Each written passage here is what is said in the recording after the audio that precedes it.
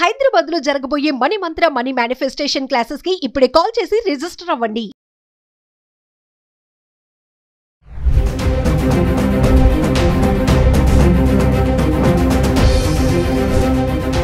నమస్తే, welcome back to Suman TV. Present మనతో పాటు ఉన్నారు ఫ్యామిలీ కౌన్సిలర్ రజనీ రమ్మ గారు. నమస్తే మ్యామ్. నమస్తే నవీన. మేడం, ఇప్పుడు భార్యని అనుమానించే భర్తలు అంటే అందరి గురించి కాదు, ఇక్కడ మంచి భార్య ఆవిడ నేచరే అలా ఉంటుంది. ఏంటంటే ఫ్రెండ్లీ నేచరు, నవ్వుతూ మాట్లాడడము, నీట్గా తయారవ్వడము, అందంగా ఉండాలి అనుకోవడం అనేది ఆవిడకి స్టార్టింగ్ నుంచి ఆవిడ వ్యక్తిత్వమే అలా ఉంటుంది. ఇక్కడ భర్త ఏంటంటే అది వచ్చలేడు అనుకోవాలా ఏమనుకోవాలో అతనికి ఒక అనుమానం అనమాట ఈ పైన. అంటే దీన్ని ఎలా చూడొచ్చు అంటారు? ఇది రెండు రకాలుగా చెప్పుకోవచ్చు. ఒకటి పెంపకం విధానం, శాడిజంగా తయారవుతారు వాళ్ళు పెళ్ళాలు వచ్చేటప్పటికి. ఇంకొకటి ఏంటంటే ఏదో లైఫ్లో ఏదో ఒక సంఘటనలు వాళ్ళకి చేదు అనుభవాలు ఉంటాయి. సో ఆ రెండిటి వల్ల అలా ప్రవర్తిస్తారు. ఇంకొకటి చెప్పాలంటే థర్డ్ కేటగిరీ కూడా ఉంటుంది. అదేంటంటే ఓర్వలేనితనం, జెలసి.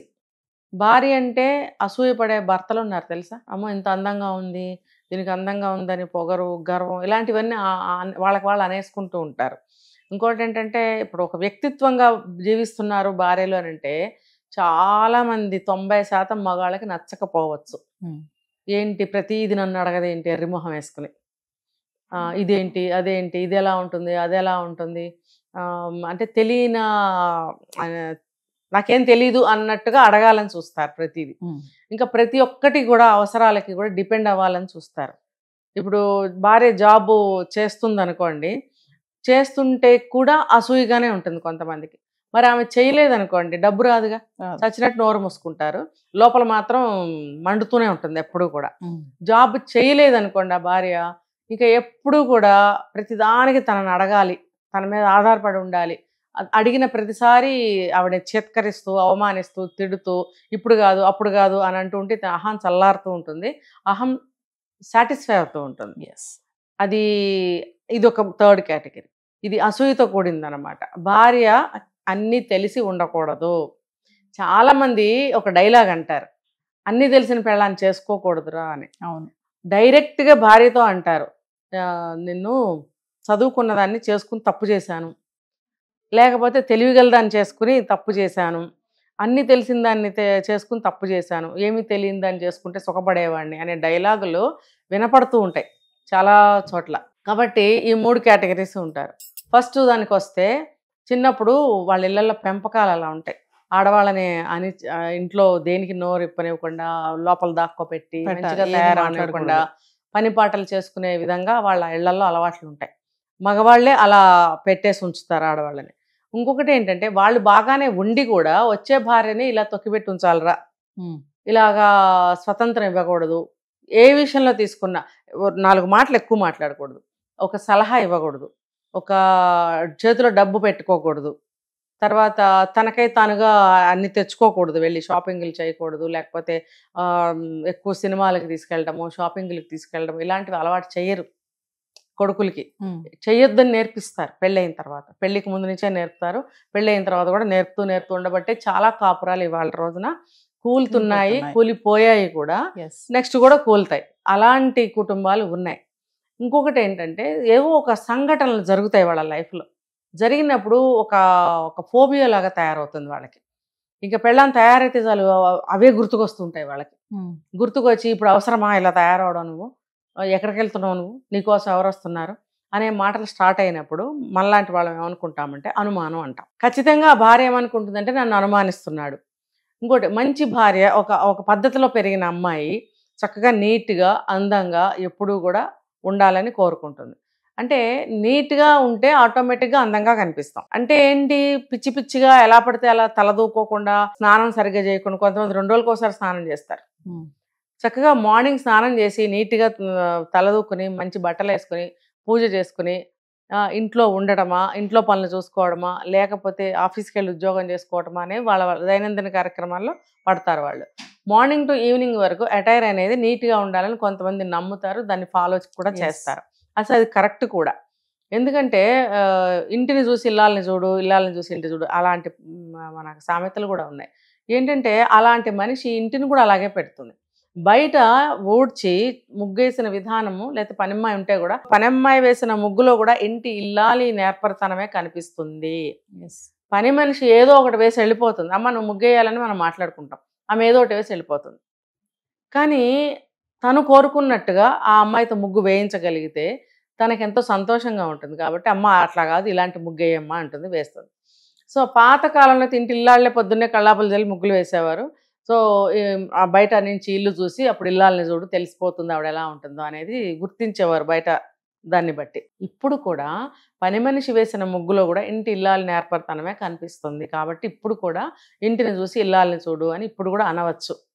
ఆవిడ ఏమీ పట్టించుకోలేదు అనుకో, ఆ పని మనిషి అసలు ముగ్గు వేయకుండానే వెళ్ళిపోతుంది. అప్పుడు ఎవరన్నా ఇంటికి వచ్చినప్పుడు అబ్బాయి ఏమి ఇల్లాలని అక్కడే అనేసుకుంటారు.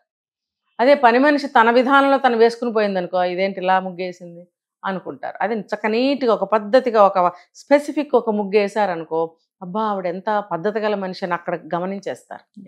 సో అలాంటి మనిషి, అలా పద్ధతిగా ఉన్న మనిషి ఇంటిని కూడా అలాగే పెడుతుంది, పిల్లల్ని కూడా అలాగే పెంచుతుంది, భర్తతో కూడా అలాగే పద్ధతిగా ఉంటుంది. అలాంటప్పుడు ఆవిడంటే ఎందుకు గిట్టట్లేదు? ఆవిడ అలా తయారైతే ఆవిడ ఎందుకు అనుమానిస్తున్నావు నువ్వు? ఆవిడ అలా నీట్గా అందంగా ఉంటేనే ఆవిడకి ఆరోగ్యం, ఆవిడకి ఆనందం. అలా ఉంటేనే ఇల్లు కూడా బాగుంటుంది, ఆవిడకి ఆరోగ్యం, ఆనందం. అలాగే నువ్వు కూడా అలాగే ఫీల్ అవ్వాలి, నువ్వు కూడా అలాగే ఉండాలి. కొంతమంది భార్య అలా ఉంటే ఏడుస్తారు, వాళ్ళు మురికిగా మకిలిగా ఉంటారు. అదేమని భార్య అంటే బూతులు తిడతారు, ఇంకా మాట్లాడితే కొడతారు, నోటికి వచ్చినట్టు దుర్భాషలాడతారు, వంశాలను ఎత్తుకొస్తారు. ఇవన్నీ ఎన్నో చూసామండి, చాలా చూసాం. కాబట్టే ఇవన్నీ చెప్పగలుగుతున్నాను నేను. అది తప్పు కదా. నువ్వు పద్ధతిగా లేవు అని భార్య అంటే నోటికి వచ్చినట్టు మాట్లాడే మగుళ్ళు ఉన్నారు. ఎందుకు అంటే గిట్టంతనం. ఇప్పుడు ఎవరి కోసం తయారయ్యావు, ఎవడొస్తున్నాడు అని మాట్లాడితే చెప్పు తీసుకు కొట్టాలి అలాంటి. ఎవరి కోసం ఏంటి? తన కోసం తయారైంది.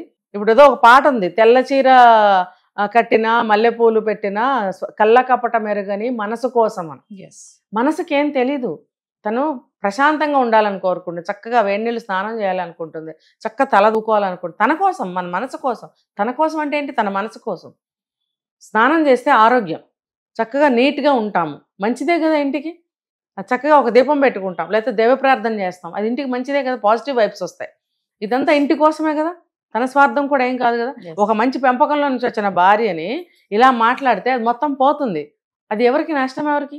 అలా చేసినందువల్ల నీకు లాభమే కదా. ఎందుకు ఏడుస్తావు? పెళ్ళానికి పడి ఏడవకు, అనుమానం పడకు. అనుమానం ఏముండదు, నువ్వు కాపలాగా చావు, అక్కడ కూర్చో, ఎవరు వస్తారో చూడు, నీ ఉద్యోగం సద్యోగం మానేసి కూర్చో. లేకపోతే సడన్గా విజిట్ చేసి చూసుకొని పెళ్ళాం ఎలాంటిదో తెలిసిపోతుంది. నీ బుద్ధే వంకర బుద్ధే బయటపడుతుంది, కానీ ఆ అమ్మాయి సక్రమంగా బాగానే ఉంటుంది. కాబట్టి ఈ అనుమానం బుద్ధి అనేది పోవాలి. అది ఆ పెంపకం వల్ల అలా వస్తుంది. ఏదైనా సంఘటనలు చూసినా అలా అనిపిస్తుంది. ఈ అసూయ పడితే కూడా భరించలేడు అనమాట. నువ్వు ఎందుకు తయారయ్యావు, ఇది తయారవ్వకూడదు. ఎందుకంటే వాడు ఉరిగ్గా ఉంటాడుగా. ఆమె తయారైతే నేను ఇలాగే ఉంటాను, నేను తయారై చావను. ఆవిడేమో తయారైంది, చూసిన వాళ్ళు ఏమనుకుంటారు, ఆవిడ బాగుంది అనుకుంటారు, నన్ను బాగోడు అని అనుకుంటారు. కాబట్టి అక్కడ రగులుతుంది అనమాట మనసు. అంతేగాని నేను కూడా స్నానం చేసి నేను కూడా నీట్ అయిన బట్టలు వేసుకుని ఉందాము, 3 రోజులైనా వారం రోజులైనా ఆ ప్యాంటు షర్ట్లు ఇన్నర్స్ కూడా మార్చని దరిద్రపు మనుషులు ఉన్నారు. మరి నువ్వు బ్యాడ్ హ్యాబిట్లో ఉండి ఆమె మంచిగా ఉన్నప్పుడు ఆమెకు పడి ఏడవడం దేనికి? నిన్ను కూడా నీట్గా శుభ్రంగా ఉండమని చెప్తున్నారు కదా. చెప్పడం ఏంటి నీకు తెలీదా? మరి అది తెలుసుకోవాలి. ఈ 3 కారణాల వల్ల భార్యల్ని మాటలతో చిత్రహింసలు చేస్తారు. మొన్న ఈ మధ్య ఒక మూవీ కూడా నేను చూడటం జరిగింది, పాతది అనుకుంటా, ఎప్పుడో ఏనాటిదో మరి ఆ మూవీ. అందులో భార్యని హింస పెడుతూ ఉంటాడు, ఎందుకు తయారయ్యావు, అదేంటి ఇదేంటి అని హింస పెడతాడు. ఏంటంటే వాడి గత చరిత్ర ఏదో ఉంది, బ్యాడ్, వాళ్ళ కొంపలో ఏదో జరిగిందంట, అందుకని ఆడవాళ్ళు అలా తయారవటం ఇష్టం ఉండదు అని వాళ్ళ ఇంట్లో మగవాళ్ళ నమ్మకం అట. అది తీసుకొచ్చి ఇలా రుద్దితే అది ఒక్కొక్కరికి నచ్చక, మీరు అన్నారు వాళ్ళకి ఇలా తయారై ఉండటం ఇష్టం అని, దాన్ని నువ్వు ఏం చేస్తావు? అది అది అది అదే కరెక్ట్, అసలు అదే కరెక్ట్. ఎక్కడో ఏదో వంశంలో ఒక 100 ఏళ్ల చరిత్రలో ఎక్కడో ఏదో జరిగితే అది మళ్ళీ ఇప్పుడు జరగాలని ఏముంది? అదేం అలా మన బిహేవియర్ని బట్టి, మన నడవడిక, మన నడుచుకునే విధానం, మన జీవన శైలిని బట్టి మనం పాడైపోతామా మంచిగా ఉంటామా అనేది ఆధారపడి ఉంటుంది. కానీ అది ఎక్కడో 100 ఏళ్ల క్రితం జరిగింది ఇప్పుడు జరుగుతుందని నువ్వు ఇలా చిత్రహింసలు పెట్టడం అనేది అదేం కాదు, కరెక్ట్ కాదు. కాబట్టి తెలుసుకోవాలి మగవాళ్ళందరూ. ఈ 3 కారణాలతో మగవాళ్ళు అలా ప్రవర్తిస్తారు. ఎలా ప్రవర్తించినా సరే ఆ అమ్మాయి ఎక్కడో పుట్టి ఒక పద్ధతికి అలవాటు పడి వచ్చిన మనిషి, తను అలా ఉండటం తనకు అలవాటు. నువ్వేం చేస్తావు? నువ్వు ఇలా ఉన్నావు, నువ్వు మారుతావా? నువ్వు మారవు. అది తనకు అలవాటు, తను మారలేదు, అయినా అది మంచి హ్యాబిట్ అది. అటైర్ అనేది మార్నింగ్ టు ఈవినింగ్ ఫ్రెష్గా ఉండటం అనేది చాలా ఆరోగ్యకరమైన విషయం, ఇది తెలుసుకోవాలి. Thank you ma'am.